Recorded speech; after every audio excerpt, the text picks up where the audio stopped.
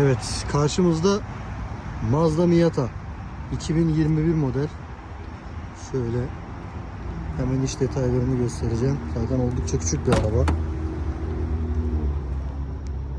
Şöyle gördüğünüz gibi 2 kişilik, zaten arka bomboş.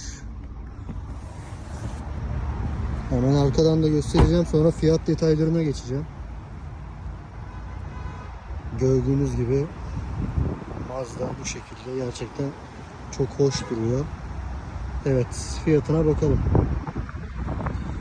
2021 model Mazda Miata. Ne diyor? 2 motor.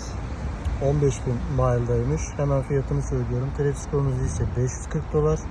Kredi skorunuz kötüyse de $771 aylık ödeme yaparak sıfır peşinatsız böyle bir araca sahip olabiliyorsunuz. Fiyatı nasıl buldunuz? Yorumlarda buluşalım.